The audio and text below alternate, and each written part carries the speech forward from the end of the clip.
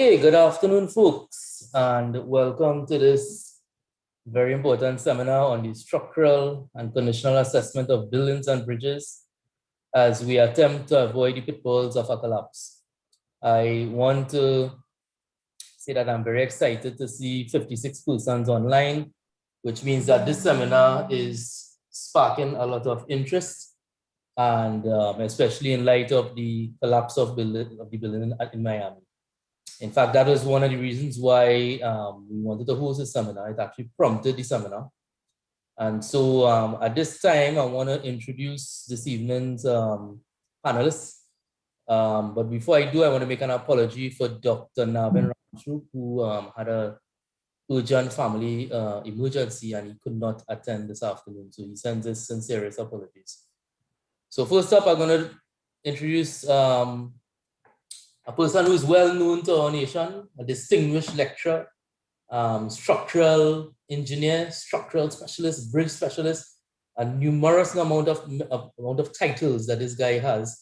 And we all know him. He's the expert instructor. He taught most of us at the University of the West Indies. So I'm really excited to introduce Dr. Ian Khan Kernahan. Dr. Kernahan, if you could just say a quick hello and hi. Hi, good afternoon, everyone. I'm here. I'm not seeing my picture on the screen, though. Gone. Oh, I'm getting, yeah. You'll probably have to turn on your camera. No, I think you are activated. Okay. Yeah. All right.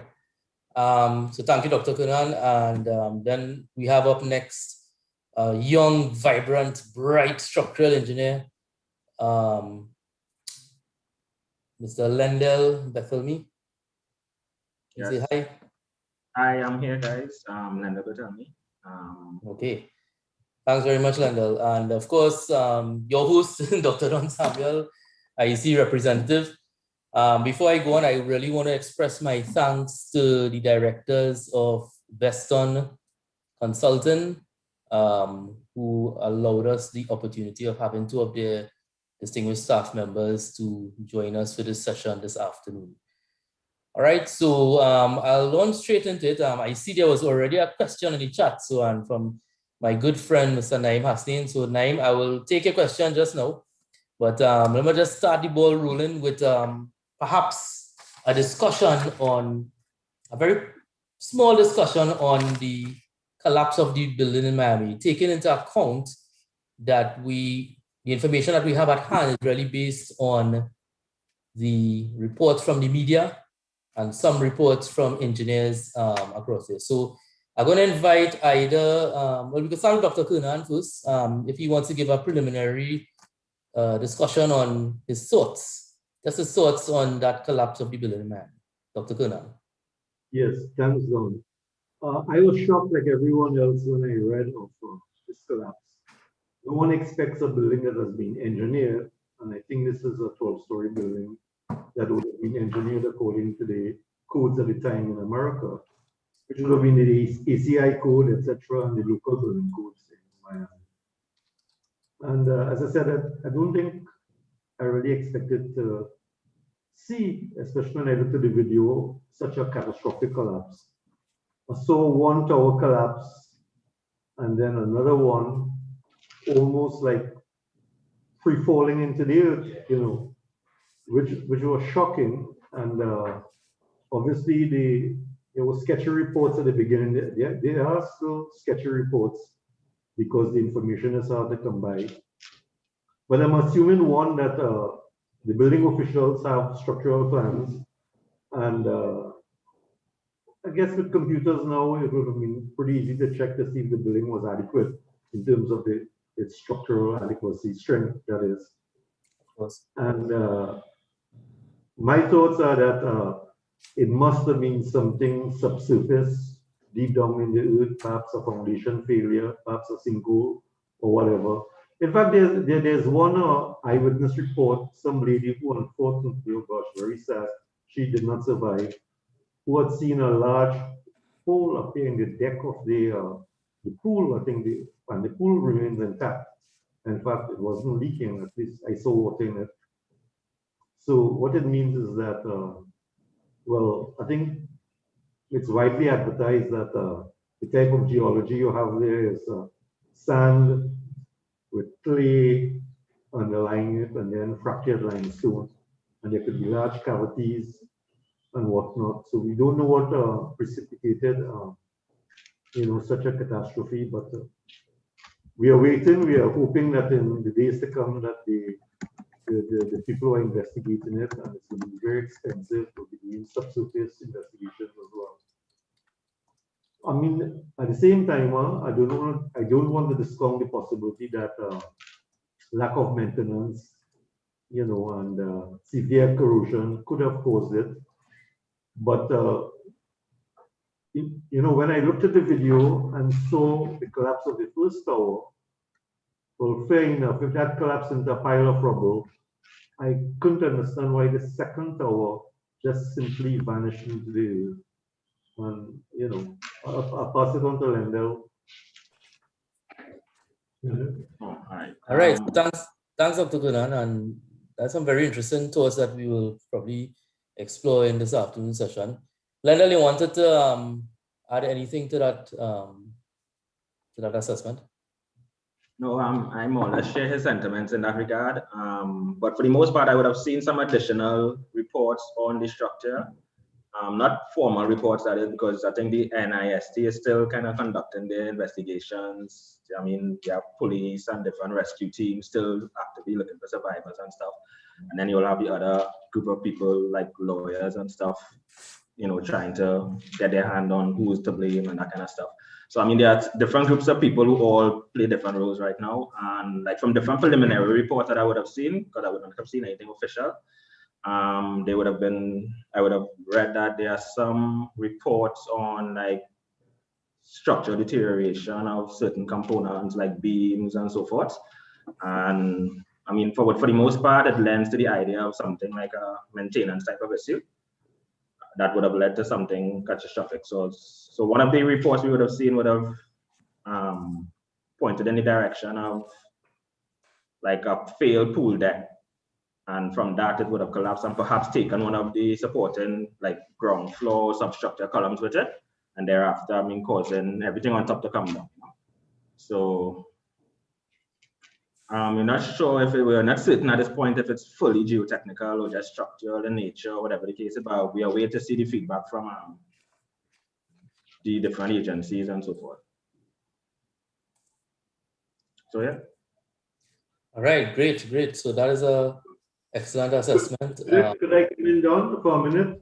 Yeah, sure, of course. Yeah, there were reports that a building was being constructed, maybe finished a few months ago, adjacent to this structure, a high-rise building, and they were driving piles because the residents of the building had complained of vibrations, worrisome vibrations. So I'm thinking that perhaps within, it being a coastal area, increase in pore water pressures, etc., if they were deep foundation piles, maybe loss of skin friction, maybe loss of end-bearing capacity. 40 years ago, perhaps the engineers were relying on end-bearing capacity, I don't know, for the piles that supported this structure. And some of that may have been lost. Could be, in fact, that some cavern or cavity would have opened up because of that piling activity. And, perhaps it was being blocked by heavily cemented sands and silts, and maybe that activity caused it to unravel. So I'm thinking that there are a lot of imponderables, especially in a place like Florida, where it's marshland and very interesting geology, and it poses a huge challenge to engineers, especially geotechnical engineers who are always operating under uncertainty and have to make decisions based on sometimes very limited subsurface soil investigations by the client. Because as you know, Don, these turn out to be very expensive ventures, any sort of subsurface investigation. Yeah. Sorry, very interesting. Lendell, you wanted to add anything to that? Actually, no. I more or less concur. Like I said, we still are waiting feedback from the necessary agencies. So for the most part, like for me, it seems more, at least from the reports, the preliminary reports that I would have seen, it would have pointed more in the direction of maintenance or structural deterioration and stuff like that. So I guess so it could be a combination thereof. So it could have been deteriorating and then exacerbated by some geotechnical phenomena. So I guess in time to come, we would learn further what is happening there. All right, great. I wanted to take two questions. Well, one is a comment, one is a question. So from your good colleague, Mr. Naeem Hasnin, who you all know, and this was one of the first questions I was going to actually throw out at the panel, but I might as well do it now. What examples of significant building civil structural failures have we had in Trinidad? For example, could you repeat, sorry? All right, I'm going to repeat the question. What examples of significant building or civil structure failures have we had in Trinidad? Of course, Trinidad and Tobago. I guess the first one that comes to mind is probably the last Altura structure that's in Overside, I believe, which kind of presented itself as a geotechnical kind of failure. In terms of major structural failures that comes to mind, locally, I think that's the first one that jumps out at me, actually. I'm not sure if Dr. Kanan used any others. I mean, there would have been structures that would have been, I guess, that would have served their usefulness, and we would have deemed them unsuitable and stuff. We would have had one or two failures along the way. I believe, like on the Golden Bridge, the Golden Grove Bridge, I think it is. Right. Yeah. Right. We'd have had a landslide or something up and going up Marat on the North Coast Road.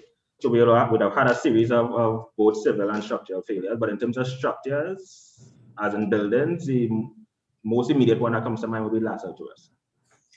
I guess the question would have also gone along the line of whether or not we're talking about catastrophic failures.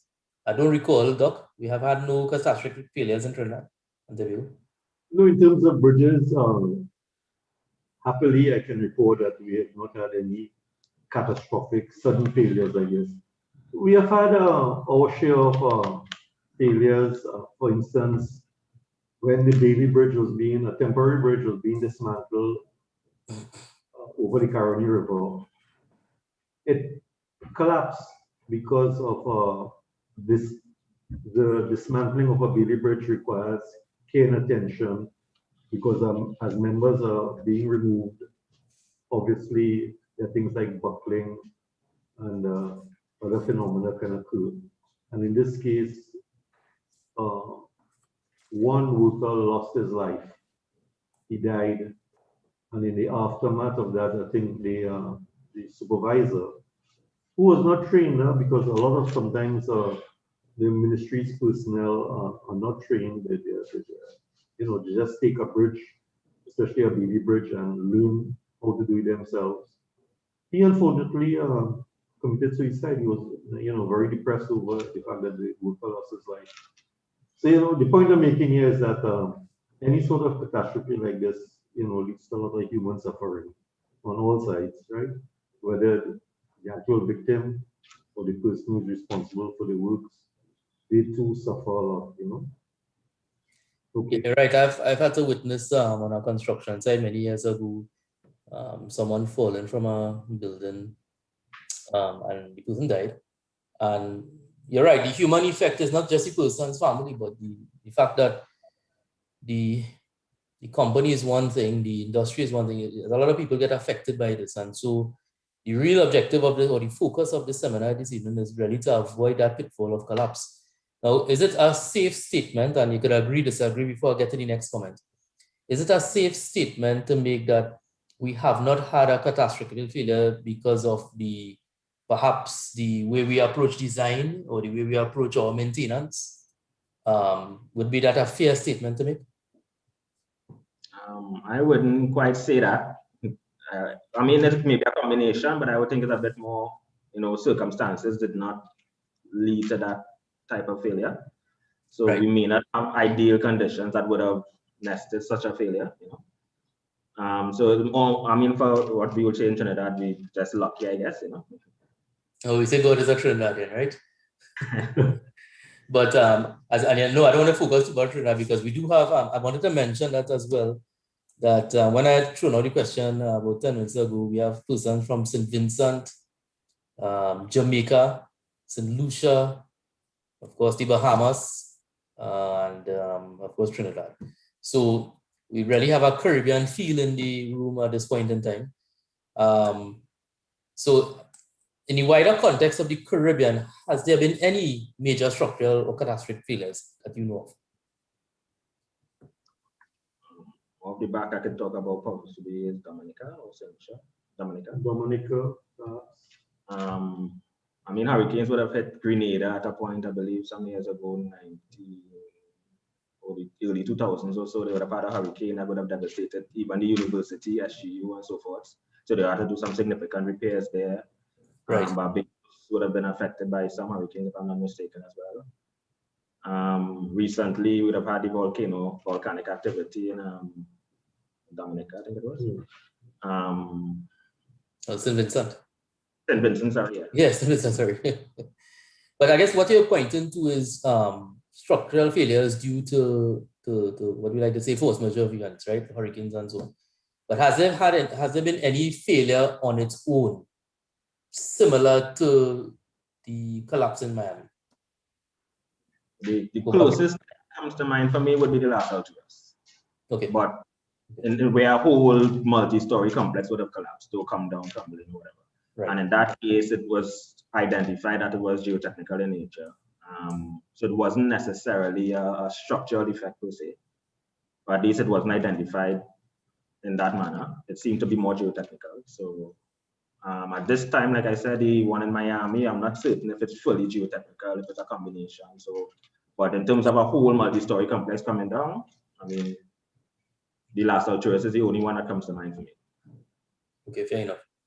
In fact, another comment online. Oh, sorry, Dr. Kernan, what is something? Well, I was going to mention, well, in terms of LaSalle Tours, once again, we had a failure of imagination, right?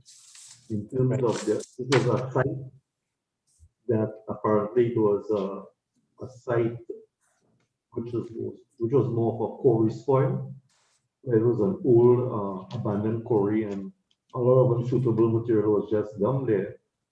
And a lot of the people who are familiar with the area, would talk of movements and hearing spirits in the area and all sorts of things. And then people realized that it was a land in an area that could be viable for housing, and they just used it without doing the investigation. So that's what sometimes people fail to investigate thoroughly, and just take this. They look at surrounding areas and then extrapolate in their minds that perhaps this area is just a safe, and that could be starting point for future. Okay.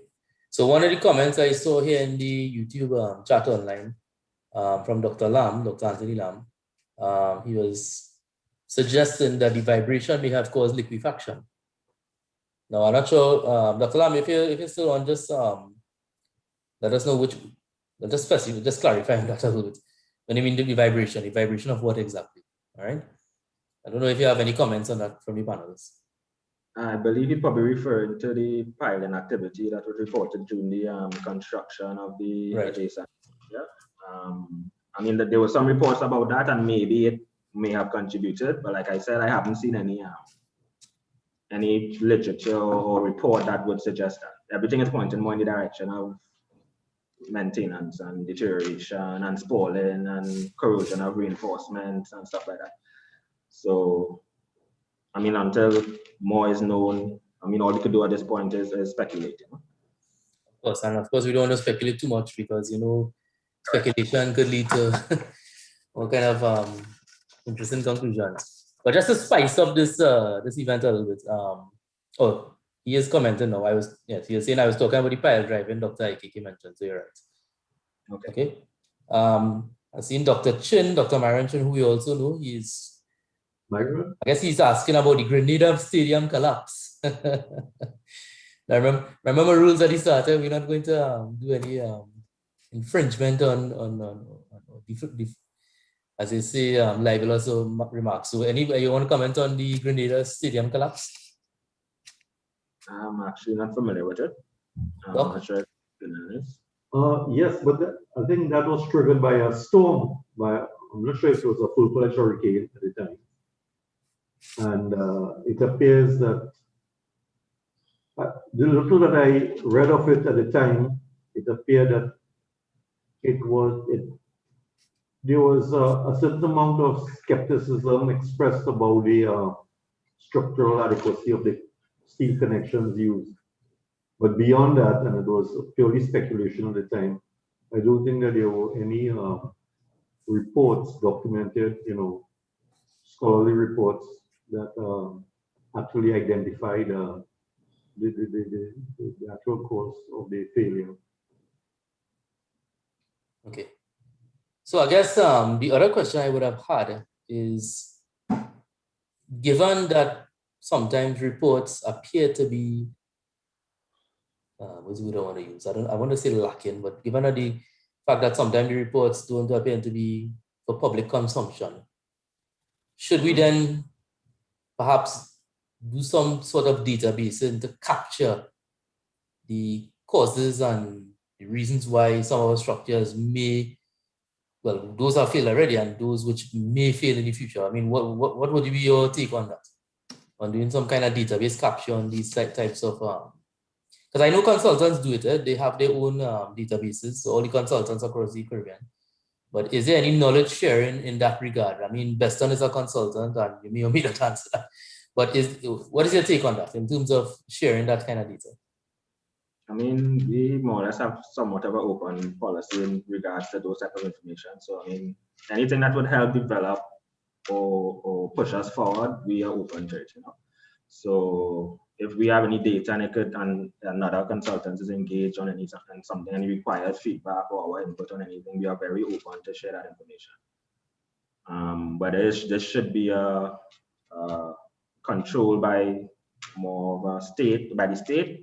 Maybe I would be in full support of that if we could create a database for all our structures, or at least the more important ones, or the high-rise structures, or the ones that are considered more susceptible or older structures, let's just say. I'll be in full support of that. I mean, I believe, I guess Dr. Kunan could comment on this more, for the Bridges Department, they have somewhat of a system kind of already in place in the ministry where they monitor particular bridges across the country. But I don't think that is actively done in buildings per se, because usually bridges tend to be state-owned, and like buildings are more, client-based or individually owned or personal type. The onus is really on the particular owner to monitor their structure as it is presently. Yeah, and I guess they have some liabilities and responsibilities there, because sometimes the owner may monitor a structure, and if it's not a technical person, they may not prioritize that spend. But I want to get to that. Aspect in a little bit. I have two comments here on the chat. One from, I'm assuming, is G. Sandy, saying that the collapse of the Grenada Stadium was caused by Hurricane Ivan Category 4. Okay, noted. Dr. Chin, who indicated you can find the cause of last Alturas collapse in our COE report, Commission of Inquiry, which is now in the public domain. So that answers that question there. And then there's a question from the president of the TTCA, someone have a comment, and I suppose Dr. Kunan could answer this one. The Carney Bridge along the SMR seems some movement is occurring. What is your take on that? What's that? Could you repeat it? Okay, I'm going to repeat it, right? The Carney Bridge along the southern main road, it appears that some movement is occurring. Well, what would be your take on that? Yes, movement is occurring. The bridge is settling.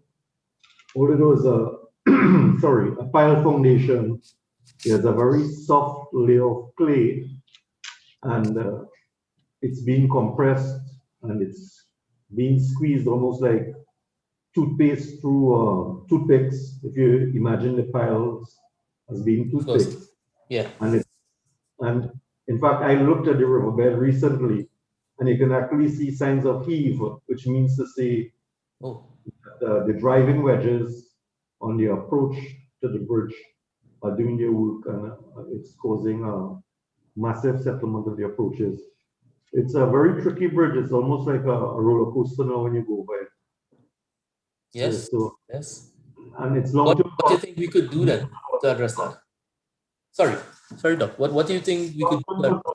Of a very soft clay, Yeah. and it's going to continue to settle, and it's going to on the northern side. It's probably settling a bit more than on the on the southern side. It's settling more than on the northern side.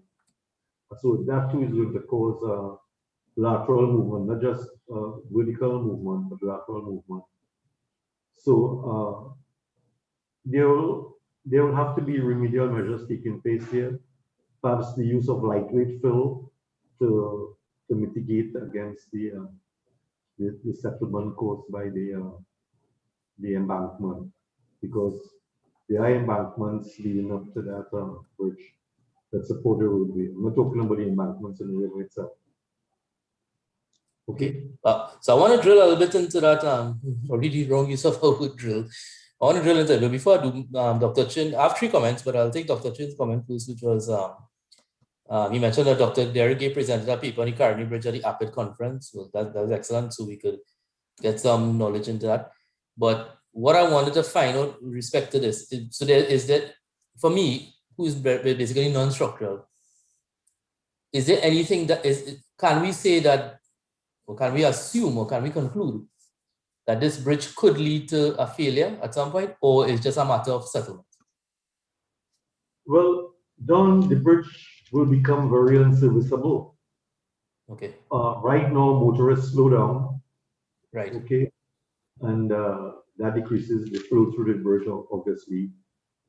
At some stage, the owner of the bridge will have to decide to take, or should I say, more expensive remedial measures to ensure that the bridge remains serviceable. I don't think there will be a catastrophic collapse, because clay notoriously consolidates at a very slow rate, but it's ongoing, and we can expect that to continue for a long time to come. So there should possibly be a bonded contractor just look at the approaches and keep the bridge, open to traffic that is flowing smoothly, and not as it is right now, where they have to approach with some caution. Well, yeah, I agree with you there. I mean, this is an important bridge, as most other bridges in the country, or all bridges. And I guess I'm hoping that if there's anybody from the Ministry of Works online, if they wish to comment, they could. So let me just take these 2 other comments from Mr. Paul. His comment was that the Grand Bazaar interchange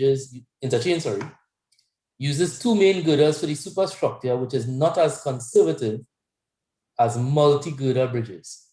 What are the concerns when the structural steel reaches its terminal life? Well, okay, Don. First of all, it's a 2-girder bridge. I agree. Some people call it a ladder bridge because of the cross beams. If they were simply supported spans, then I would say that the structural redundancy would be almost nil, because it would take just one beam to collapse to cause a catastrophic collapse of the deck, right, and render the bridge totally unserviceable or impassable. However, it's continuous, and therefore I expect that plastic hinges will form on the supports, and therefore we can regard those plastic hinges as further redundancy in the structure. But I take the point that because of if you look at those girders, they are built-up girders, plate girders, and curved, and brittle fracture will be a cause of failure in the long term. And indeed, there should be some sort of inspection periodically to look for cracks. Brittle fracture is known to cause sudden collapse or failure, I should say, of such girders, especially torsional failure. And it's a concern. And I have looked, and I haven't seen any inspections taking place, and the bridge has been in service for some time. I think that's a must, or else we can look forward to some worrisome events taking place. Maybe not in the near future, let's say about 30, 40 years from now. Yeah, and I think this is something we need to explore. I know Lendell is a bit quiet at this point, but I'll chime in a little bit. This is something we need to explore. We need to explore inspections, and something you've done for a lot of years on bridges. And we also need to deal with the issue of redundancy and so on, and resilience. I mean, a couple of years ago, we hosted a seminar on disaster resilient infrastructure, and this came up in the seminar as well. So I'm hoping that the powers that be who are probably listening or watching this webinar will take some well received advice. Lionel, you have any take on that? With regards to the Grand Bazaar interchange bridge, the only thing that stood out to me at the time was the fact that they would have used more of a single pair type of arrangement. And Right. that, to me, is probably not the most suited type of construction for a seismically active area, because it offers very little to no redundancy. So you don't get frame action, you get more of a kind of cantilever column effect, which is probably not the most ductile of mechanism. So we tend to move away from that single pair arrangement and try to encourage more, even though the pair is relatively sizable, but at the end of the day, it's still a somewhat of a cantilever, but it is a cantilever as opposed to a frame. Yeah. So we will try to move away from that. If you'll notice, like there are runways, overpasses a twin pair, so they get some type of frame action. So that offers. Right. And just for the persons like me who didn't spend a life in structural engineering, tell me about frame action. Yes, sorry. Sorry, for the person like me who didn't spend their life in structural engineering, tell me a little bit more about this frame action that is open. Frame action. Yeah. What basically a frame is basically as a minimum comprises of like two columns and a beam, basically. Right. And with beams being somewhat fixed or rigidly supported at the columns. So what that encourages is loads are transferred through flexural actions, flexure being bending and so forth. So your columns could basically act in both axial and bending, and your beam primarily takes bending. What that does is, in the event of any sway, lateral movements or anything like that, what we try to encourage is like hinging to form more at the beams themselves, and not in the column pairs where you'll have somewhat of a catastrophic type of failure. Whereas the flip side to that is, if you were to imagine like you have a single pair column, everybody knows, like we were to consider that would be like a vertical cantilever. If I were to take that same problem and turn it horizontal, so now I have a fixed support with a cantilever with a load at the top or whatever, you get maximum moments at the support or at the base of the support, which happens in a single arrangement. And what will tend to happen there is you'll have column hinging forming at the base of your column, which is not the ideal type of failure that we try to promote, because that leads to somewhat of a catastrophic type of failure. So it's more or less what we try to do is control where we get hinging forming and that kind of stuff. So that is preferred for seismically active zones. Yes, so, I feel like I just went to school there and they lectured to me again. I feel very much like in the first John, that's coming here. In terms of the Kobe earthquake, piers with single columns were outlawed, and because their experience was that huge segments of road bridges, highway bridges, collapsed. Right. And when you look at a human being is born with two legs, right? Yep. So 2 legs are always better than 1 leg. But interestingly enough, if you look at the Grand Bazaar interchange there, it's curved in plan. And because it's curved in plan, under lateral forces, I don't think you will get that same toppling effect. So it's curved, yeah? So when you apply a force to the bridge as a whole, the whole length of bridge, you'll find that toppling is minimized. So I think that's why with enhanced computer modeling now, people go for more daring designs. Whereas previously, when all the calculations, structural engineers had to do calculations by hand, they went for simpler configurations. Yeah. And I want to go more into that in a little bit. Let me just take two questions from the chat and one comment. So the comment from FCAN is this: one notes that observations in the report and I guess he's talking about Miami. With those of the superstructure in the Miami Tower, inspection of the substructure should have been captured in the report. Agree, disagree? What would you say? Sure. Could you repeat that, sorry? So inspection of the substructure should have been captured in the report, the substructure. Okay. I'm not sure if he's talking about the basement structure, or is he talking about what structure? Because I know they talked about the basement. Which report we alluding to? The original structure? He talking about the collapse in the of the Miami Tower. No, there was a report that surfaced that was done, I believe, in 2018 or so, that they would have done some structural assessment, some company, I can't remember the name right now. They would have done some structural assessment and they would have reported about the deficiencies that they would have observed. So I'm not sure if it's that report he's referring to, or is he referring to some other report. But like I said, if an engineering firm would have been commissioned to do a structural assessment, realistically speaking, in the absence, let's assume you don't have drawings or anything available, you could only really inspect your superstructure. Exactly. You could only really report on your superstructure. And I mean, what we try to do is, because the foundation will be buried and underground and that kind of stuff, so there's no non-invasive way to inspect foundations, unless you'll have to kind of rely on the drawings and hope that it was constructed the way that the drawings portray, which is not always the case. So I would like to imagine, I haven't seen the report, but I would like to imagine such a report would have only been limited to the superstructure.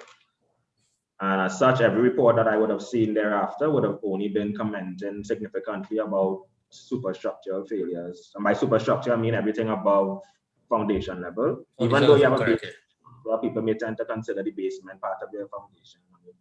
But for the sake, I mean, you can physically inspect a basement, but you cannot physically inspect your foundation unless you open up particular areas and stuff. So, I would like to imagine that report was only about the superstructure, and that every feedback I would have gotten regarding the building would have pointed in the direction of superstructural failures. All right. Sounds good. I like the discussion, man. We're doing good. So I have two questions from Ms. Wiggins, right? The first question from Ms. Wiggins is regarding structural collapse.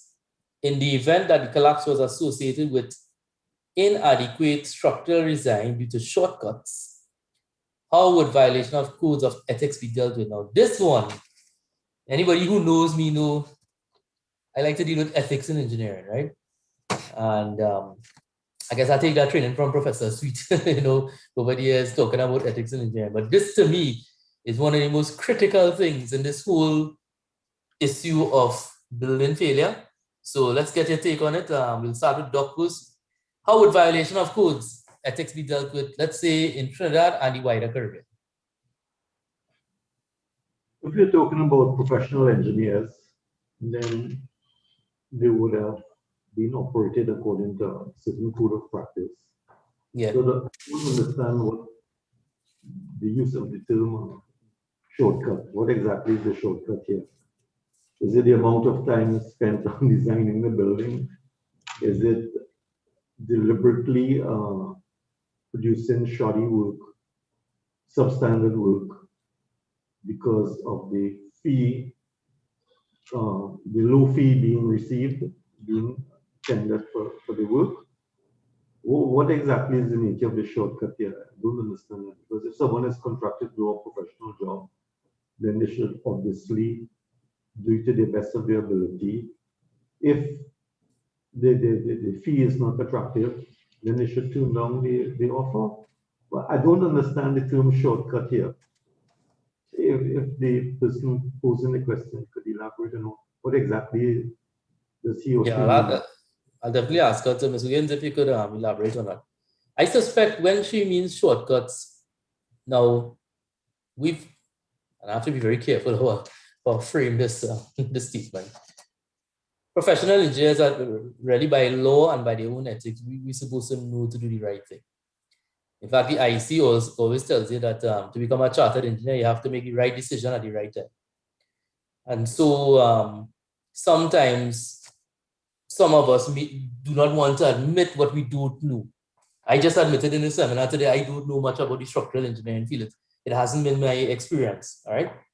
But as you say, and so I take your point, Dr. Kernan, that we should if you know that you can't undertake the work, and there's that regulation where in IC and even APET's code where you say that you only undertake work you are competent to do.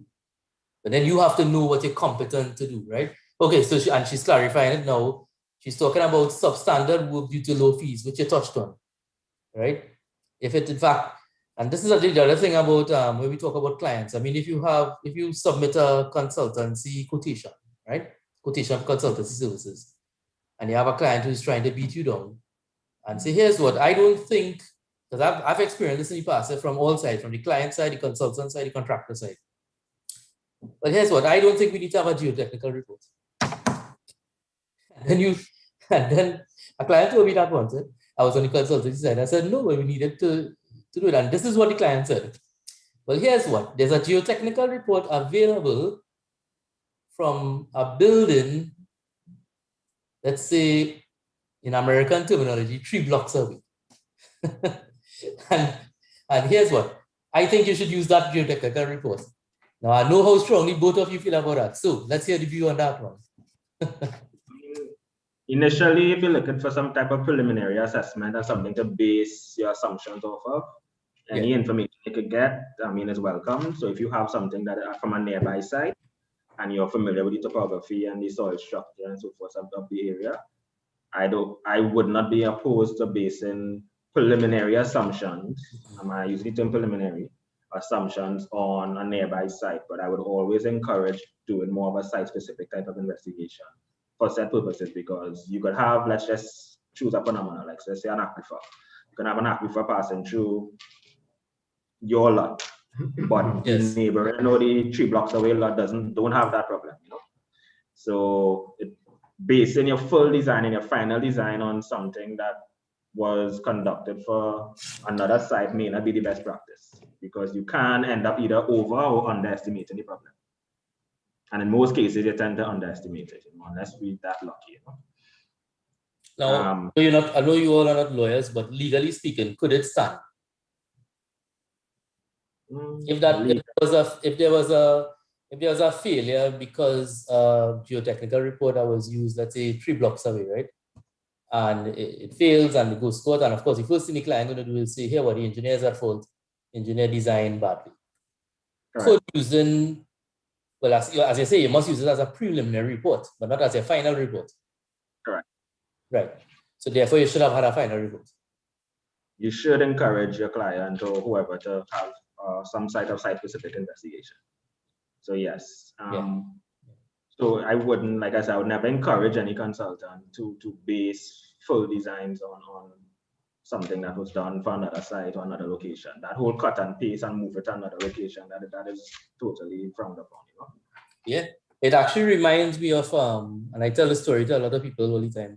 When I undertook my chartered professional review in the UK, I was doing a review, of course, you know, the Trinidad at that time, I tend to, you know, use the word macro, right? What was going on next door? And one of the questions they asked a young lady, she was experienced in designing dams, right? And they asked her, okay, so tell us, young lady, what has been the difference in each dam that you designed? And she said there was no difference. And they had to prompt her. So she designed dams in 3 different areas in the UK.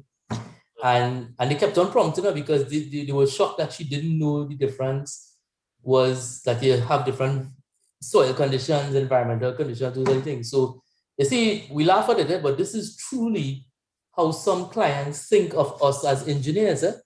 They think that we're always trying to spend more money, right? But that is not always the situation. We are here to advise clients on the best course of action and the data that is needed to have that best course of action, okay?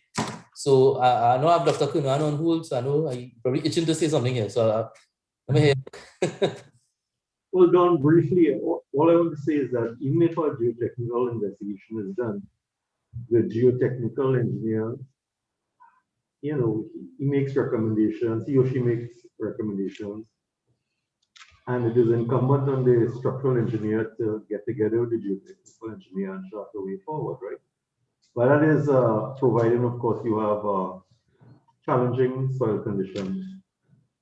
even with the best of geotechnical reports, we are still operating under uncertainty. So to come back to the original, thing that using a soil report from 3 blocks away, yes, we could, depending on if the engineer has knowledge of other construction in the area. It's a case of engineering judgment. But what I would say in exercise of that judgment, the engineer would then exercise on the side of caution, conservatism, and therefore it might end up costing the client a little bit more because he will then, the engineer will then be, the structural engineer will be guided to make decisions using more of everything, greater strengths, deeper members, more robust construction, as a pad against a cushion against making wrong assumptions and leading to some sort of unpleasant outcome for the owner of the building, right? The structure. That's how I look at it. Yeah, definitely. So let me just take this other question from Ms. Huggins. Also, how much involvement should engineers in the maintenance of buildings that they design? Let me just repeat that. How much involvement should engineers have in maintenance of buildings they design, or are guidelines given to the owner on how this should be done? Now, imagine there are a myriad of issues here, because on one hand, you're talking about involvement in the maintenance, which sometimes clients may not involve the design engineer in the maintenance. Correct. They may not hire the correct person who understands and appreciates the structural design. And then the owner themselves tend to ignore that life cycle costing of the building, right? What is needed to continue to maintain the building. All right, so what are your takes on that? I'm assuming by maintenance, we're looking at the period like post-construction, because it's what you mentioned is also a problem during construction. Consultants are always engaged during the construction phase to supervise or monitor their designs or whatever. Sometimes you do a design, send it in for approvals. After approvals, you probably would never see the building until it's constructed. And you're driving outside and you see it going up and it's like, hey, wait, now this happening, And at that point, they would have engaged some contractor, some project management team, whatever the case is, and they may or may not have made modifications to the design unknowing to you. So at that point, you lose the ability to track the progress of the project or even predict its performance, because you're not even certain if all your requirements were met. Now, if you're looking at maintenance from a post-construction, which is generally what maintenance refers to, from a post-construction terminology, most oftentimes consultants or engineers are not engaged during that, because at that point the building would have been handed over and the onus is more or less on the owner of the building or the client to move forward in terms of maintenance and stuff like that. And sometimes they may even, let's say they experience some type of problem, they may not even contact the original designer. Another consultant may have been contacted.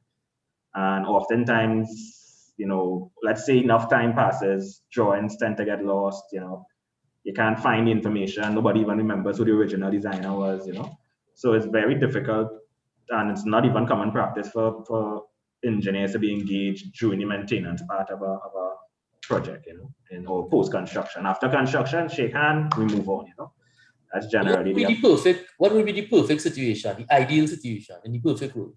What should we be doing? But that to me, what you just mentioned, I agree with you. But I think that is part and parcel of the problem. I mean, you could have an engineer on a sort of a retainer contract after to do some inspections of the buildings from time to time. But what would be your take on, and even Dr. Kunal, what should we do in the perfect way? Well, I thought the engineers designed for durability. Right. Meaning to say we chose materials like concrete, rebar, structural steel with adequate protection to minimize the possibility of premature deterioration. And by premature deterioration, I mean that if the building is looked after properly, it should last indefinitely, unless, of course, it cannot serve its original intended purpose, right? It becomes obsolescent.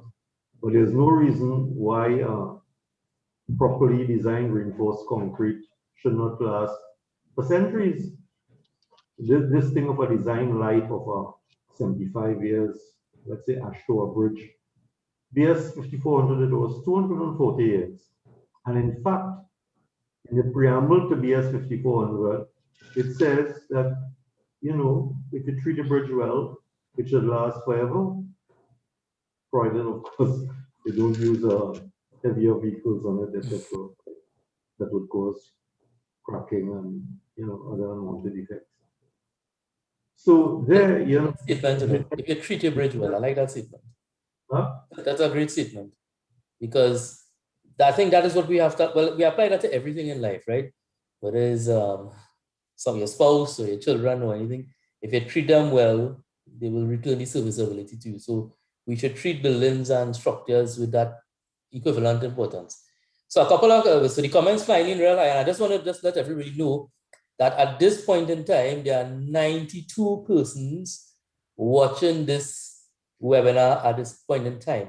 And I can tell you that from all the seminars I've hosted since 2010, this is the highest attended seminar for IC. So I just want to congratulate you on that. 90 persons have found this to be a very interesting topic. So let's get on to the questions. Mr. Paul Aiming, I'm hoping that I'm pronouncing your name correctly. His question: in the Eurocode, for example, there's provisions for structural robustness to prevent collapse due to some kind of accidental loading. Is this a regular consideration in this region?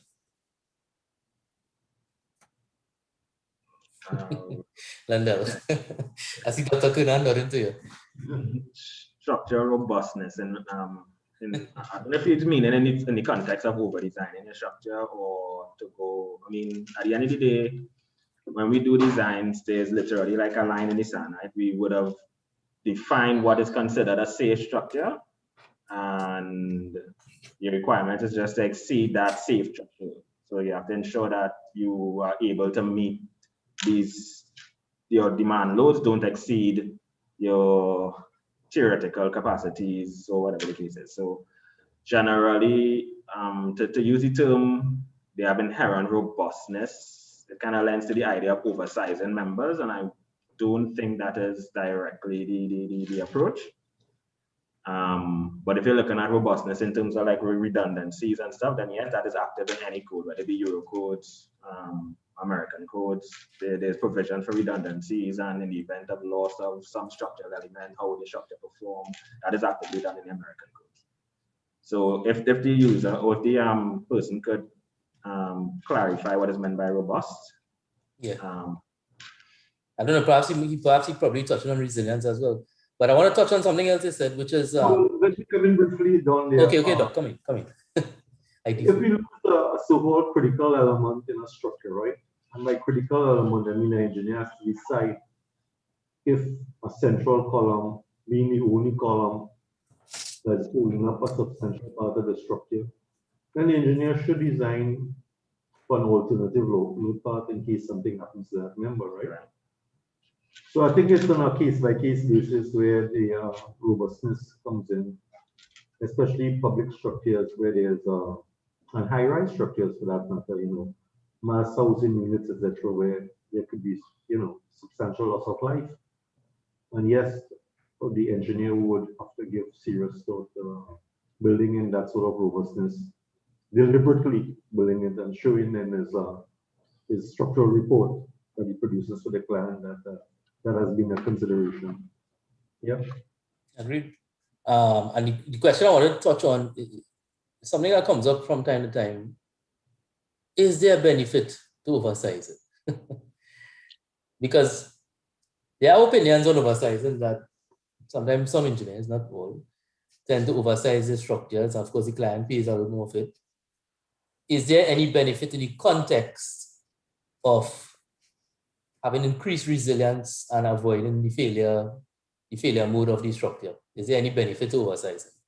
Well, Don, let me answer that. In terms of, I'm giving a short answer to a very complex question. Yes, I know, very complex, yes. Yes, the more robust the columns, etc., greater safety, etc.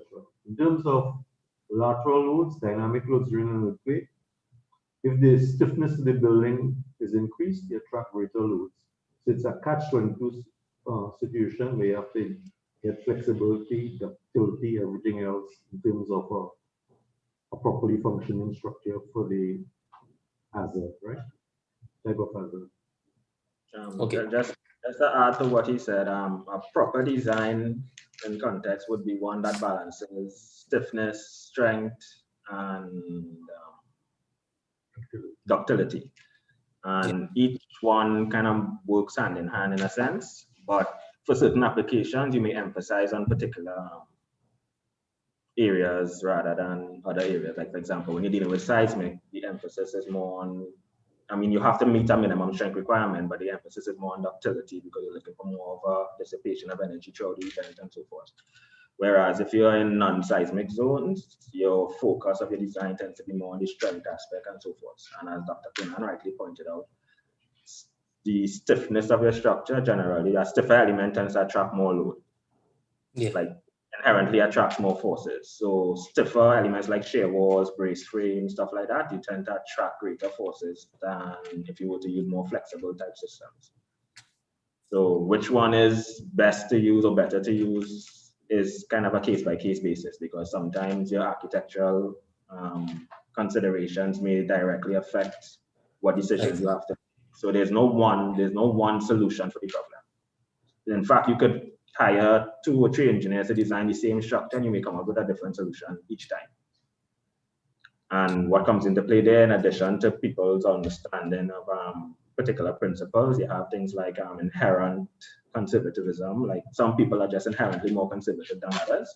Some people tend to kind of push the boundaries a little more. Some people tend to be a little more cautious. Like you see it even in things like driving and stuff. Some people, if you have enough 3-4 inches on either side of the car, you squeeze in through there. I have some people who stop right there and not drive, even though they know the car could fit, you know. And that's just inherent. There's a difference when I will together. You know, so a lot of these things no, go ahead, sorry. A lot of these things come into play into design. So, but like I say, what the codes try to do is establish a minimum criteria for safety, and you just have to try to match or exceed it. And at that point, after you've met your code requirements, and because what the code will define for you is minimum criteria, more or less, for minimum safety criteria. And if you decide to go much over, it's not incorrect to do so. You just kind of push the building more on the cost, on our cost side. So you cost more to construct said structure, you know. And then that becomes you about you and the client. I like the fact that it's an architectural consideration. Bit of a joke here. Some years ago, when I did only one structural design in my life, the architect came to me and I don't want to say who it is, obviously, and said to me, well, here's what I'm going to take out a beam. I say, okay, why? Well, I don't think the beam is blocking some of my glass sheet. And I said, no, you can't take off the beam because the beam will be critical to the structure. So I'm not knocking architects there. Don't let anybody say I'm knocking architects, but Everybody considerations are everybody can their role on a project. So I mean, and their focus will be different because you'll hire their focus is different, correct. You'll hire people to do services and they want to pass wires and different electrical stuff, and they'll bust open a slab, you know. Yeah, to use it loosely. Yeah, that is how I want to say, bust open the slab. All right, we have some comments firing here now. So we have Ms. Danielle Steele, who I know. Isn't it more that the MEP engineers are the ones usually involved in the maintenance of buildings? Civil structural engineers are not really required. True. Good comment. Normally you involve your MEP. But perhaps the research might tell us that we probably need to have our civil structural engineers involved. I'll tell you why. Some years ago, when I visited Switzerland to do my first paper on my PhD, to present my first paper, at a conference. And so we had a site visit to a tunnel. And so this tunnel is about probably 100 meters below the surface of the earth. So we took an elevator down. And there were these markers in the tunnel. And I asked the engineer there, I said, what are those markers for? And he said that those are permanent markers. That marker represents that there's a 10-story building right above you. So inside the tunnel, you see in the roof of the tunnel, they're now building it and they put a marker on the tunnel. And they say that that is a 10-story building. And I say, well, what's the deal with the marker? I mean, we know that there's a building there. It's not just a marker, it's a sensor that is put there for life to monitor the movement of the building over the life of the tunnel. Interesting. And this was in 2011. I went to this, because you know Switzerland famous for tunnels. So I thought that was really interesting, right? They put that there, and then he showed me that the app on his phone and it tied into the app. So, you know, he said over the next 20, 30 years, it will be fed into their their BIM, their BIM modeling, and it will give readings every year on whether the building has moved and that kind of thing. So interesting prospect. Now, Don, I would agree, just to add a comment to what you were saying, I would agree that, or at least with the comment that that was made previously on YouTube. Yeah. Generally, you don't require as regular maintenance from an engineer or structural or civil engineers as you would require from like MEP, things like plumbing. Of course. It requires regular, but that does not negate the fact that periodic inspections, let's say every couple of years, and to ensure that everything is operating as it should, would be encouraged. It's basically a checkup you're talking about, like what you do with it by a doctor. And I could see that we could, in that case, they use technology. So whoever is the engineer over the next 20 years, because engineers will change, people leave organization, the data will be fed to the computer modeling and they would have that data over the course of time, right? Correct. So some team of persons actively supervising and monitoring this over time. Yeah. So on the nature of the problem, but that is not actively employed on. It's not something you would employ on like a residential structure on every house. No. I talk about critical structures. So that one, of course, is a critical structure, and there were structures above that. So yeah, you won't employ it in your house, or maybe perhaps in the future it might happen. Who knows? But it's something to consider for bridges as well. I don't know, Doc. John, there's an interesting analogy in bridges. Yeah, our bridges in Trinidad are designed as elaborate pipe racks for water pipes. So here, what happens, right? Yeah. The water pipe leaks, good potable water, nice. So water gets into the foundation, bridge starts to settle. We report it to WASA. WASA says, your bridge is doing damage, it's settled, and it pulled the weight of the bridge. Crack the pipe, we've been fighting that battle for the last 45 years, right? In Trinidad, trying to get WASA to take responsibility or build separate pipe racks. No success. Yeah. And this is why I also advocate, and again, I'm not knocking APET here. I always advocate that organizations like TTCA and APET should come together and vocalize some of these issues. Because we need to get it right in the country. There are a lot of people who believe that civil engineers, well, they could be civil engineers because they could build a house, right? And I remember years ago in your structural class, Doc, I remember you used to tell me about copy and paste buildings. You always used to mention that, so I remember that too. All right, let me take some of these comments and questions. Again, they're firing up and I seem to be ignoring them. Mr. Khan said, if an engineer discovers a potentially catastrophic situation during inspection, how much time should the owner be given to remedy? And what should the inspecting engineer do if reasonable time has elapsed? So I suspect he's talking about if reasonable time has elapsed and the owner is just basically not taking action. I guess that's a case-by-case basis. Of course. Can't put that time. There's a bit of ethics there as well. Yeah, because if you as a responsible engineer, you see during an inspection something that is wrong and you identify it to the owner, and then the owner just simply does nothing, and the structure collapses, right? Now, of course, as the engineer, you made a report, you provided the report, and your contract or your terms of engagement ends there. But what should the engineer do? Is there any recourse for that engineer to report the matter? Especially in our country or any wider Caribbean? I don't know of any system that is currently in place to do that.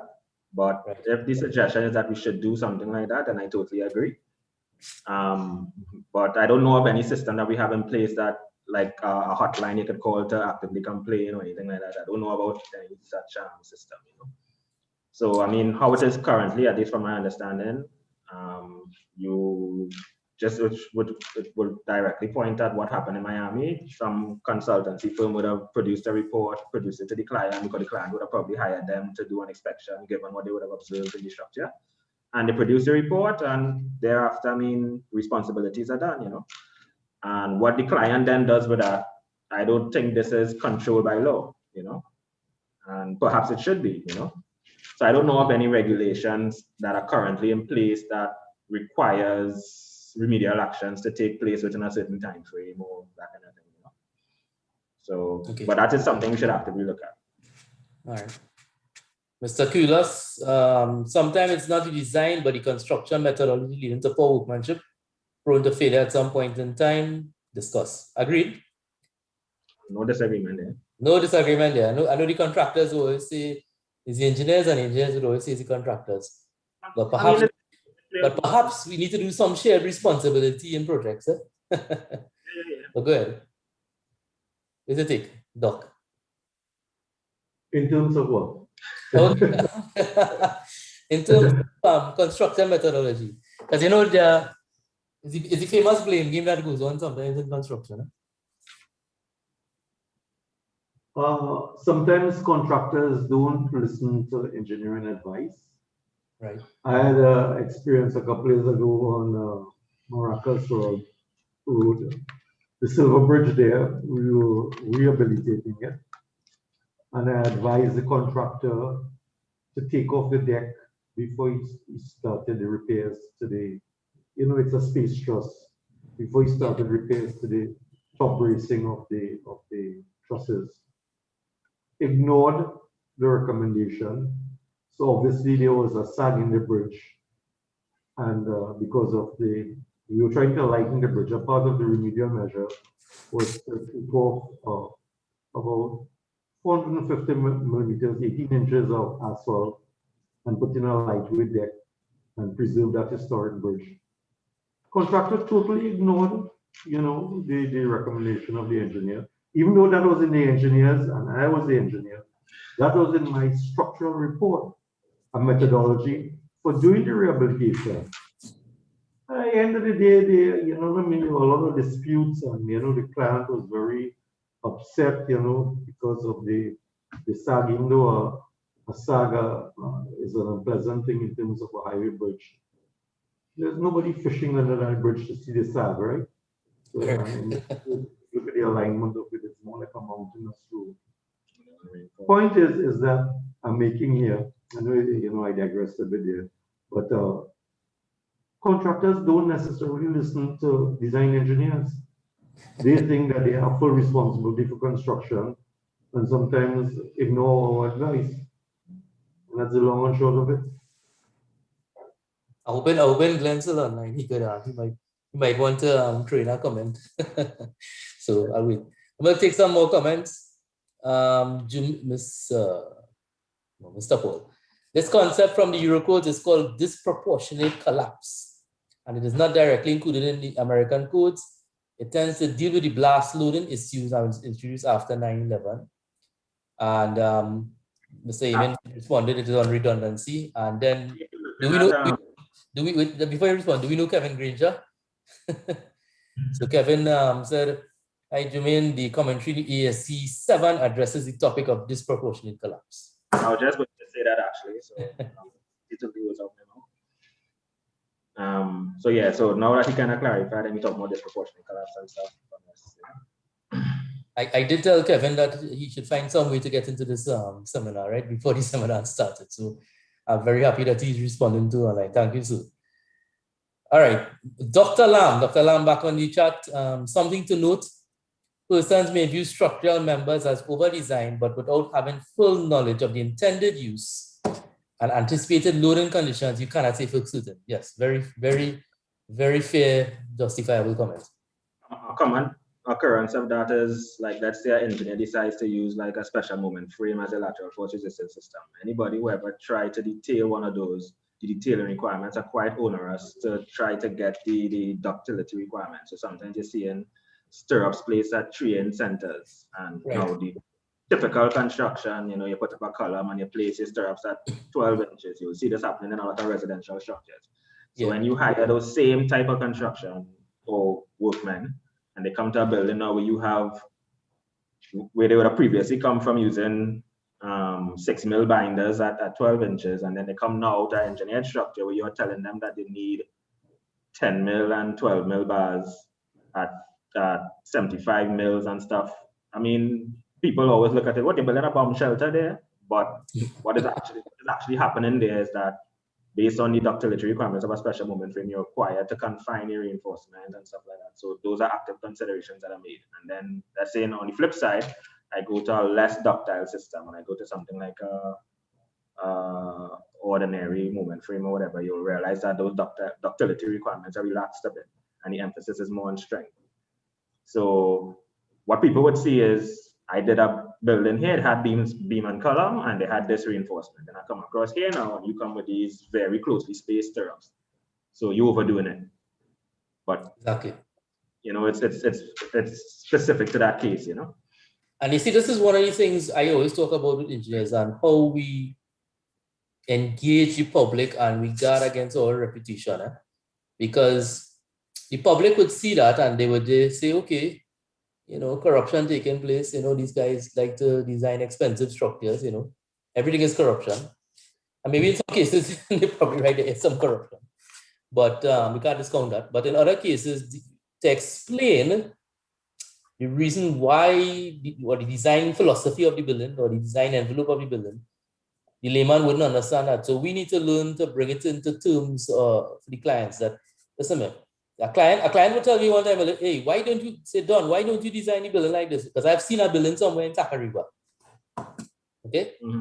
And a client would come to you and say, well, why isn't the building like that? And trying to explain to them would be, you know, a very uphill challenge. So perhaps we need to engage the public more and let them understand the importance of what we do and why we do it. Right? Correct. Yeah, you actually see it a lot as well with steel structures and all. Let's say I use a brace frame system, some kind of concentric brace frame system versus a special moment frame. If you ever, anybody who would have spent the time doing detailing a special moment frame and doing the connections, they are tremendous, you know. You have 1.5 inch bolts, 1 inch bolts, sometimes, you know, very thick plates, you know. And then, so they do a moment frame here and they see these very heavy connections. And then somebody else comes now and does a brace frame where obviously because now your structural element, now the ductility comes, so the dissipative element is now your braces. You can literally get away with pin connections for the rest of your gravity frame. So now somebody comparing apples and grapes here, as you say.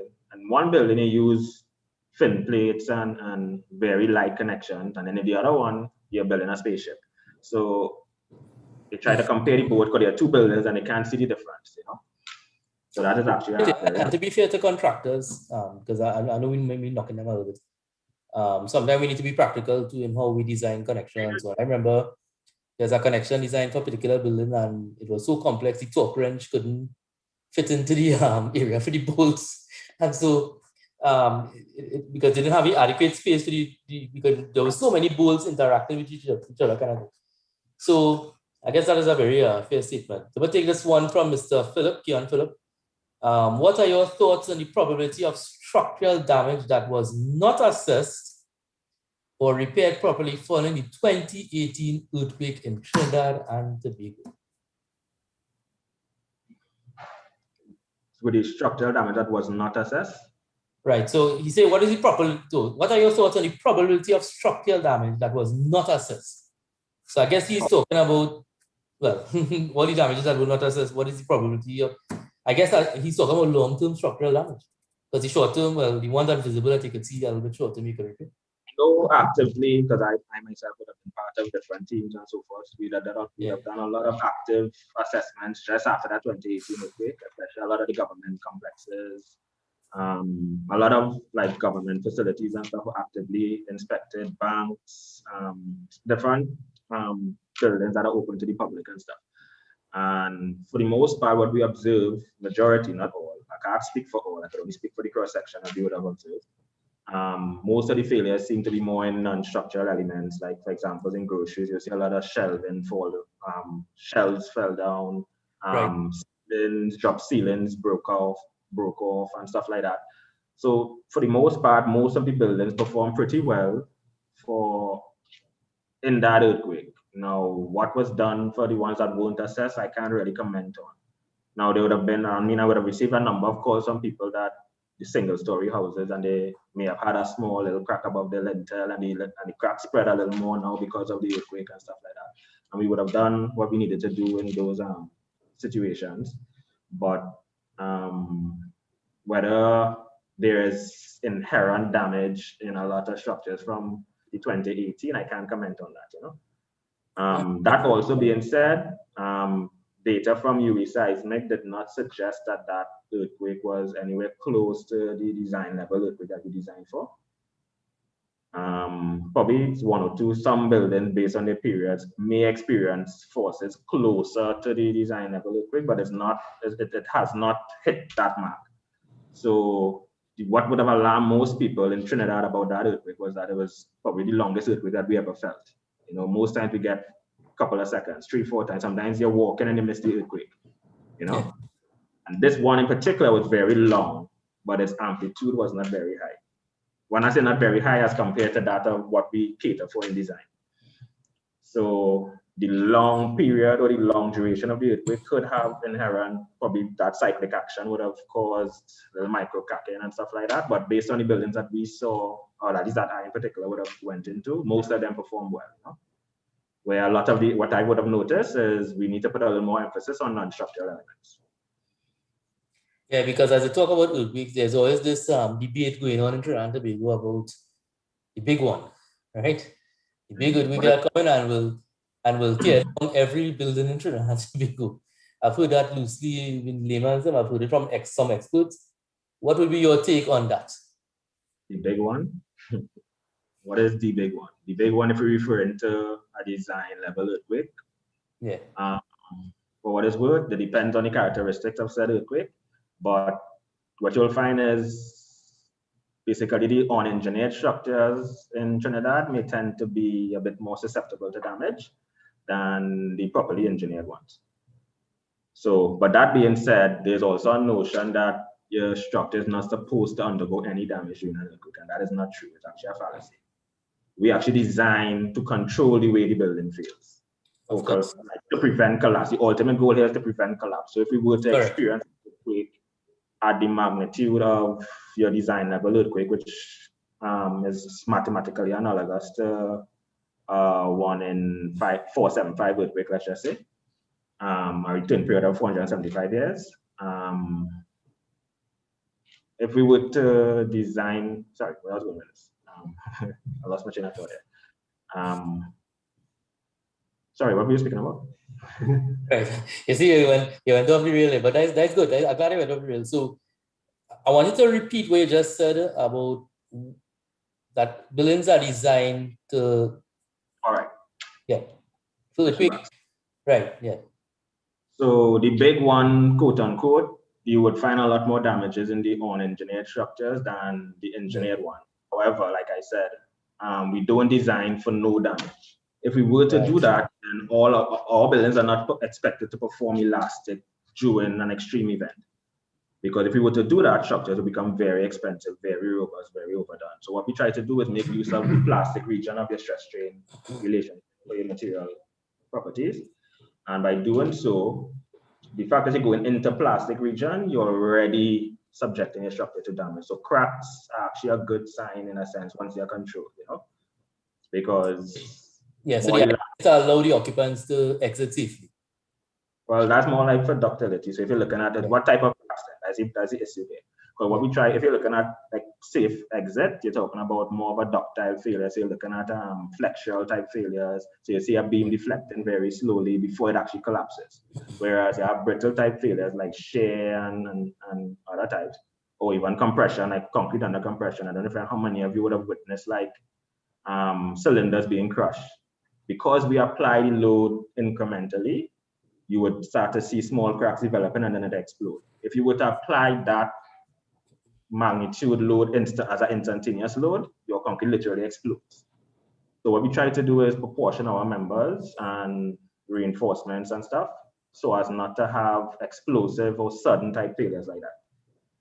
So we try to promote more of a ductile type failure where you'll see, beams deflecting and little cracks forming at the midspan and so forth, so that it gives occupants time to leave. And then at that point, a professional can come in and inspect the building and determine whether certain hinges will form in certain regions, if they can be repaired, or if they need to decommission the building, that kind of thing. So that is generally the approach in seismic design. So we are not looking for elastic responsibility. Elastic meaning that if I were to load it and then unload it, it follows the same path of that it took during load.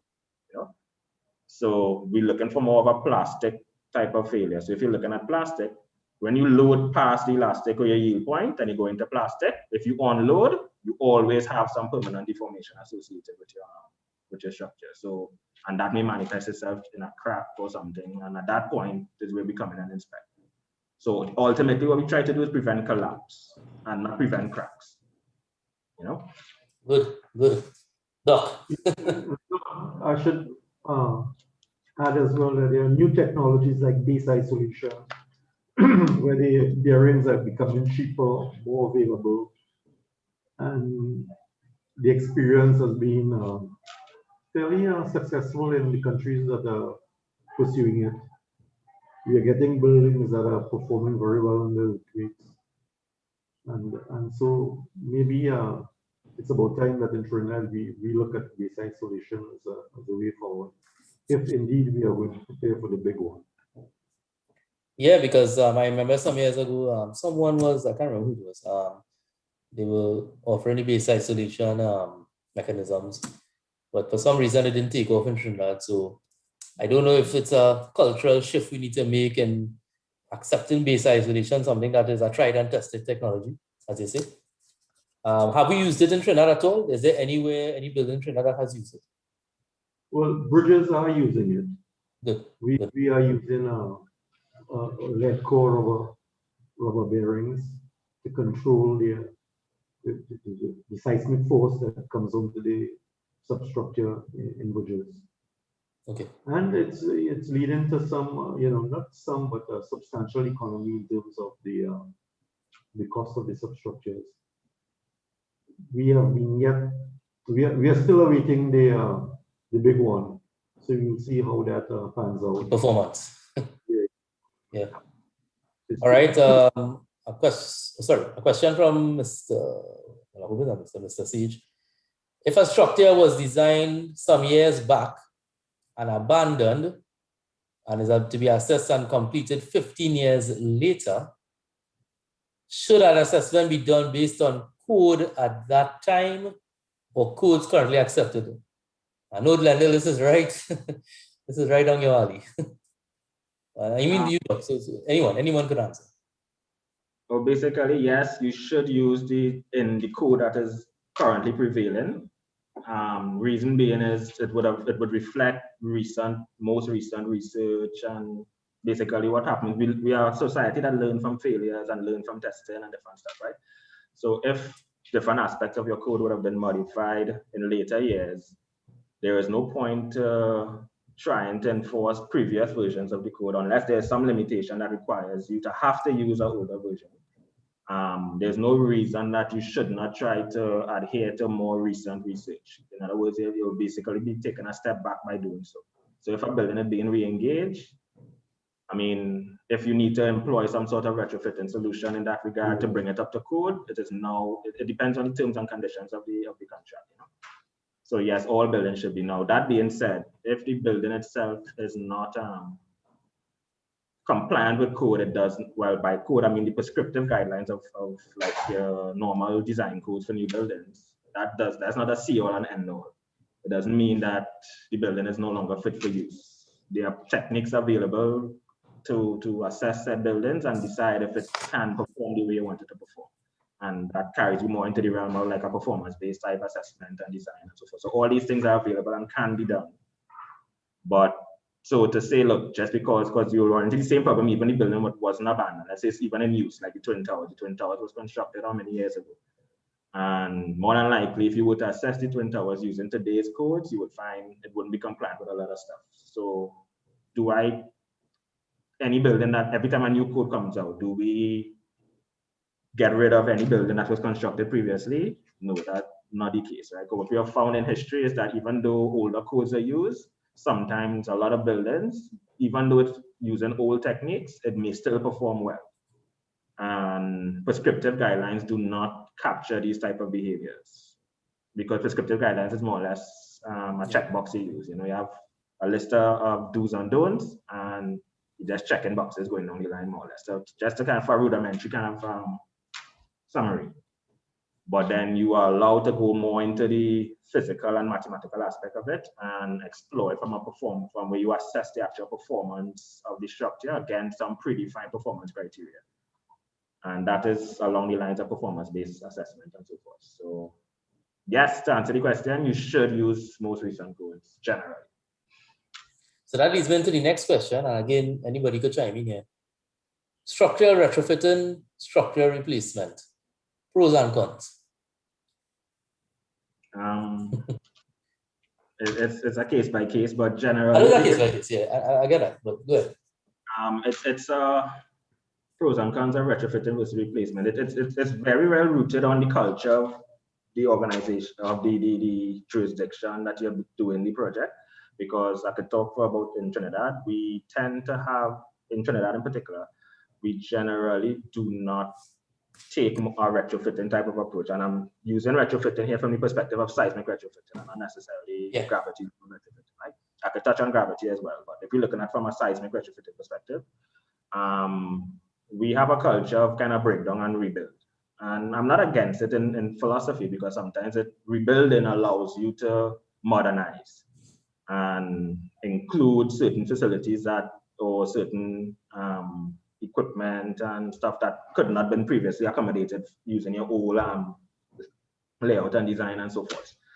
So replacement may be beneficial in certain instances, but then when you find where you have like heritage type structures and structures that are very important to our history and so forth, you would find that restorations or even retrofit may be a better solution in those regards. So sometimes there's a play on what makes more sense at the point in time and what are the demands and the wants of your client, you know. I will say, Don, that in terms of bridges, we have been trying to preserve a few historic bridges, like the Marian suspension bridge. Yeah. It was built in 1898, changed locations on most occasions. It's now in Blanchichez. It was recently retrofitted to modern engineering codes.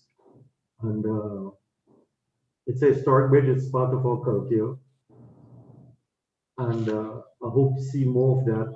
Not all the bridges, but some of them that where future generations can look at it and say, well, this is a glimpse into our past. We need to preserve some of that stuff. Yeah. Yeah, definitely. I think not really restoration, but conservation is very important to. Just to touch on one. Sorry, what are we talking about?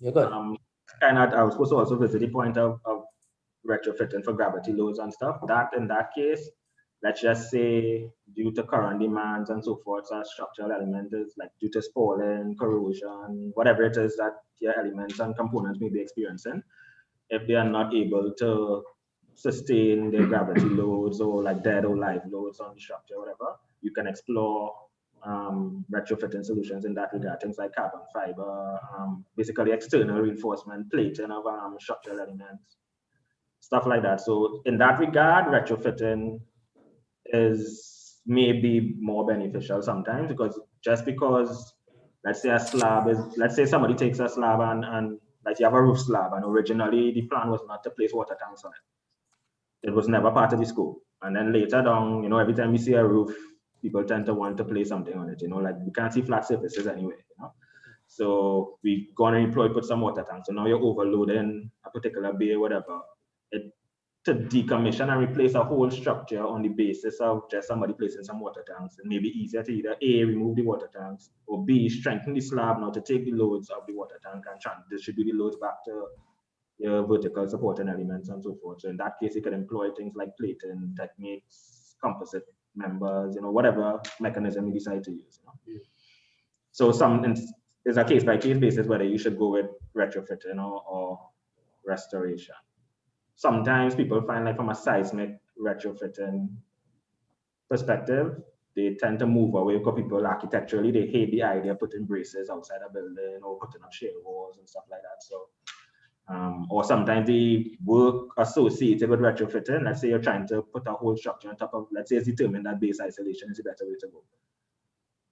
To put an existing structure on top of a base isolation system could be a very difficult construction.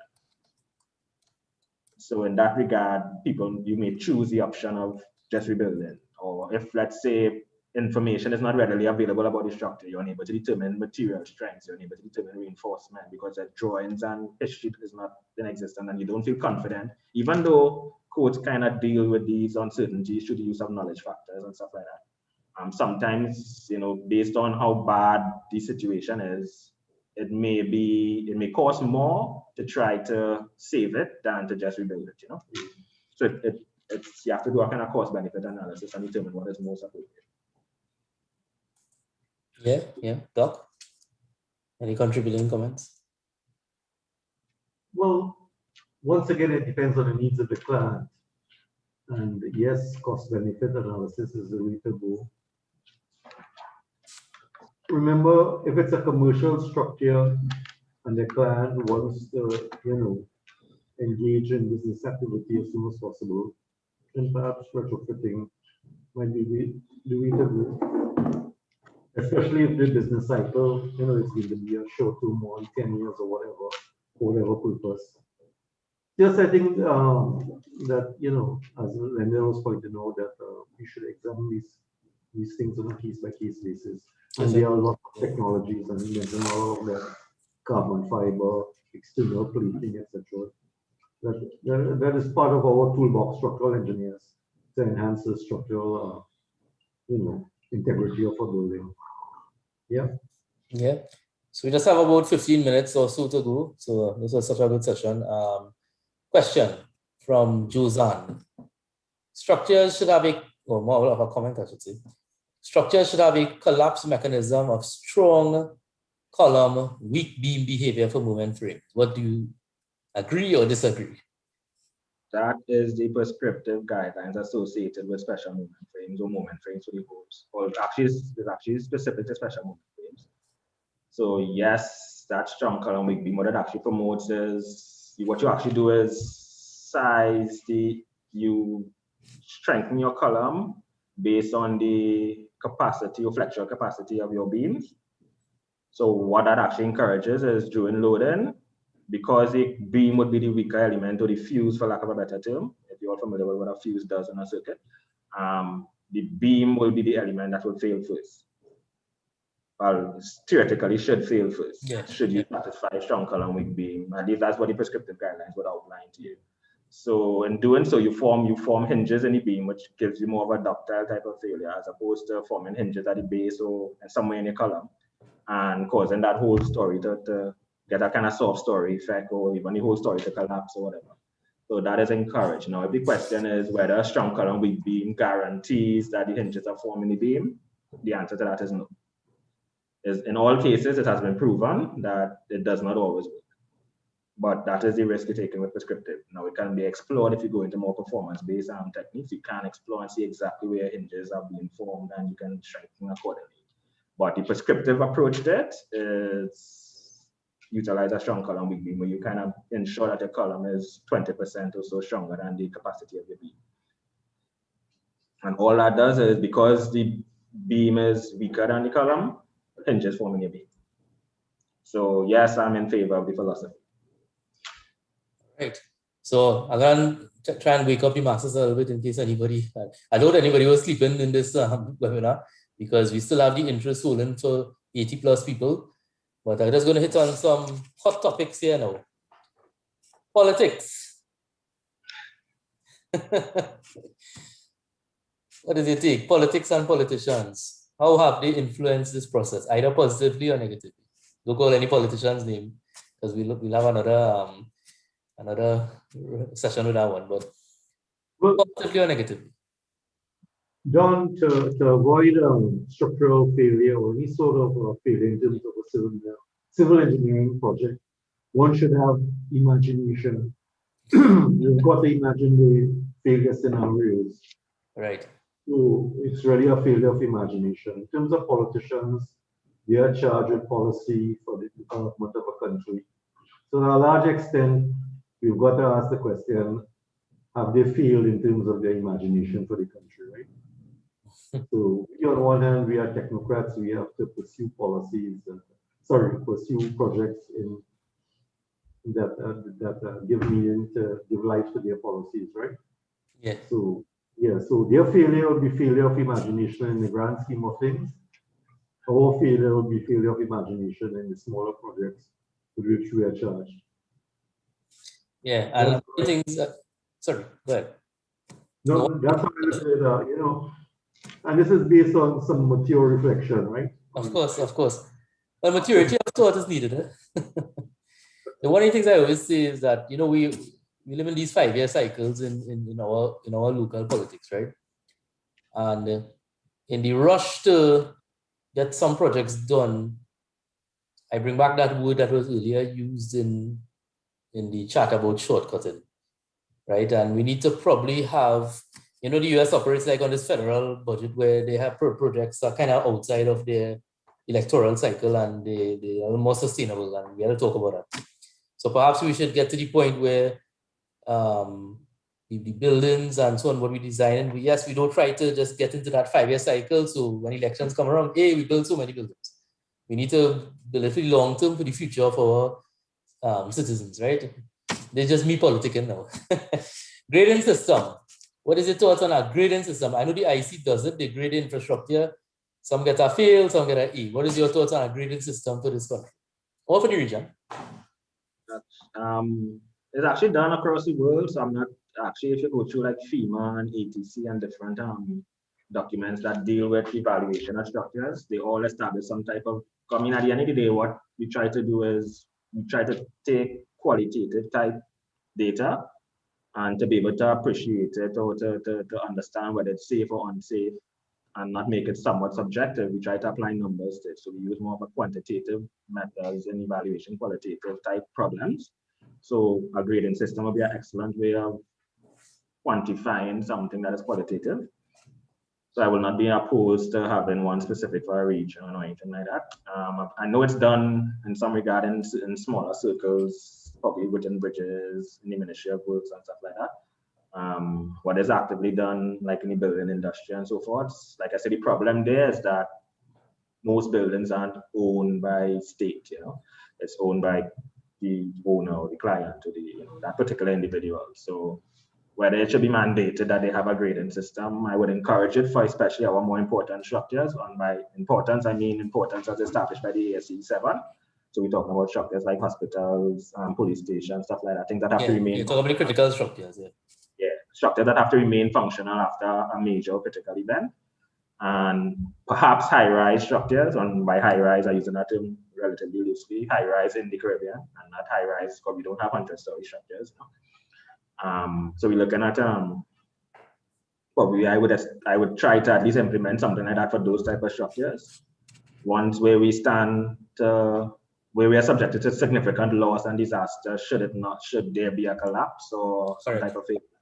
So like let's say a 2-story or single-story house collapses. I mean, it's unfortunate, but I mean, it's only the homeowner has to deal with that problem, you know. So the scheme of things, it may not be classified as a disaster. But if you have like the Twin Towers collapsing, I mean, it could literally fall on something else, damage other people. That will be a major downfall for the economy. So, I mean, it's something that we need to do for our more important and more susceptible structures, I guess. Right. So I tell you what I wake up the masses here with these 2 questions coming in real hot. In fact, I see Dr. Chin's questions. So I want to get to that because I knew he would have asked this, but let me just get to Daniel Seal first. Oh, one more. I had a comment from Dr. Leighton Ellis, my IC colleague in Jamaica. He's the IC Jamaican representative. Congratulating everybody on a great webinar. Thanks, Dr. Ellis. Daniel Steele in Trinidad and Tobago, where the Ministry of Works uses older design codes, ASC 7-05. Should we use the more recent codes which have not necessarily been approved by ministry or more up-to-date codes? And the follow-up question from Dr. Chin, which I know we're all excited to answer this one.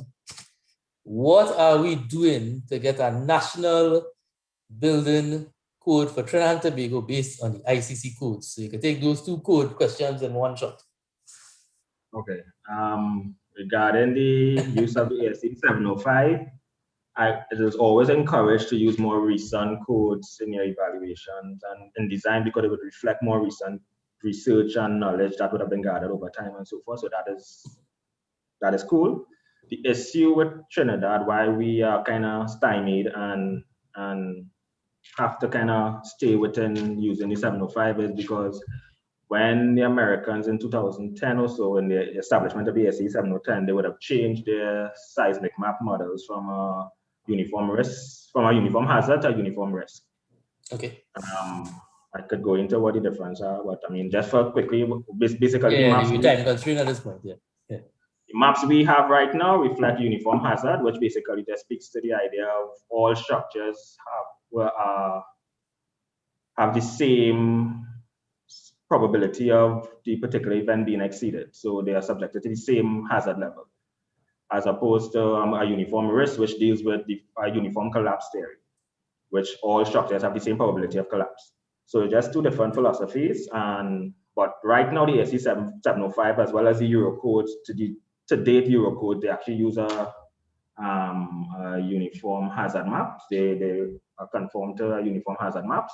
And that's the reason, because our maps are currently uniform hazard based, we currently cannot theoretically migrate or use codes that reflect uniform risk. So any code after 2009 or so, well, from ASC perspective, should not be used in Trinidad. Now, I think sometime recently, Dr. Clark would have done some studies in risk coefficients and so forth, and he would have kind of created some mathematical equivalent that allows you to kind of use the ASC 710 by modifying your uniform hazard properties by some risk coefficient to convert it to somewhat of a uniform risk type of model. That was recently added to the UE seismic research database, and I think they kind of allow you to do it, but at your own risk kind of thing. So that being said, we should do the work. If we are making the decision to continue using American codes, as the Americans change their philosophies, we should update our approaches to match. Otherwise, we would be kind of left behind in a sense, because technically we still have to use 2005 versions of a code that we are currently in 2021, you know? So that's like 15, 16 years outdated, you know? All right. So I guess we are about to wrap up now. I saw two more questions. I'll just refer to them. You don't necessarily have to answer them at this point. I just want to wrap it up. But there's one question I definitely want to get on to. Ms. Bridgelal was saying residential structures can have catastrophic failures. What policies can be put in place to ensure compliance? And I suppose that is in reference to small building codes and that kind of thing. Paul Eamon said at this point in time, I believe the major codes we have used have been updated about 3 to 4 times. At what point does our lack of code update become an issue? Okay. But the question I want to close off with, because this last question I'm taking is from Ms. Wiggins.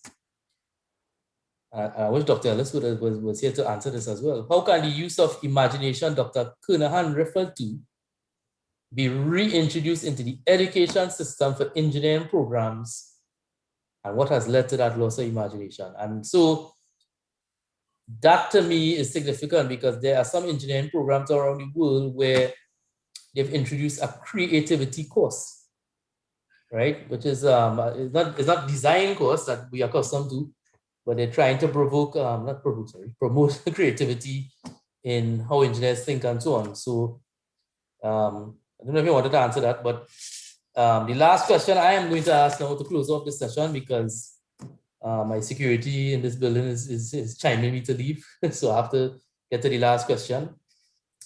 So I'm going to give you a multiple choice as the last question. And it could be either any of those choices or all of the above.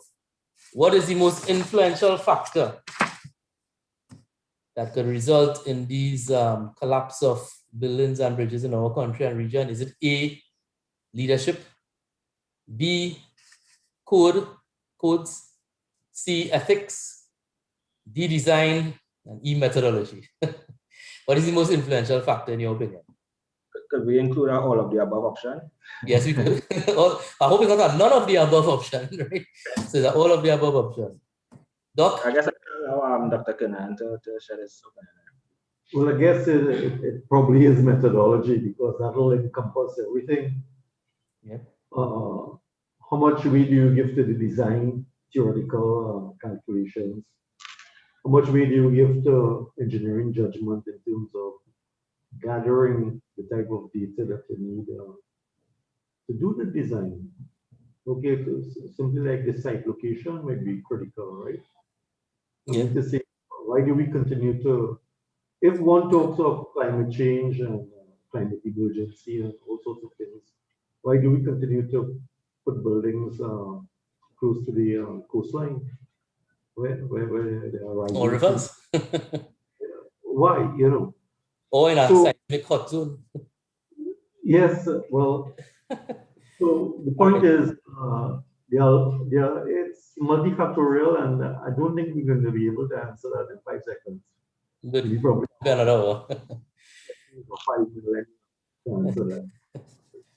All right, folks. So here's the deal. I'm going to close now because I know persons will have to get home. I want to thank the online audience. First of all, the participants. All 80 people actually stayed to the end of the session. Your whole interest, very much. Yes, bravo. I want to thank Beston Consulting again for allowing Mr. Leonard Bethelmy and Dr. Ian Kankunan to make their contribution to the society and make a contribution to this hot topic of structural and conditional assessment of buildings, and of course, how do you avoid the pitfall of collapse? Right, so for folks who wishing to see a repeat of this seminar, it is available on my YouTube channel. I'd ask that you can subscribe to it. There are other videos that we have on the YouTube channels as we go to create content. My objective in doing all of these seminars is to highlight the most significant issues influencing our industry, not only in the local parlance, but in the region as well. So once again, I wish everybody a great afternoon. And again, thank you for this wonderful session. Thanks again, Dr. Kernan. Thanks again, I was going to say Dr. Bethelmy. So maybe there's a future. I'm so happy with how this young, vibrant engineer coming about his structural engineering.